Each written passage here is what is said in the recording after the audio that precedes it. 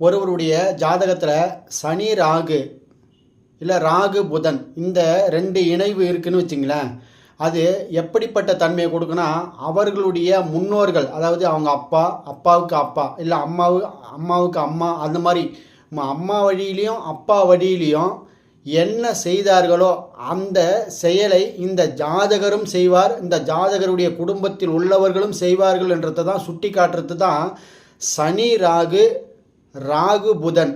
புதன் என்றால் தகவல், சனி என்றால் மரபு. இந்த ரெண்டுமே ஒன்று தான்.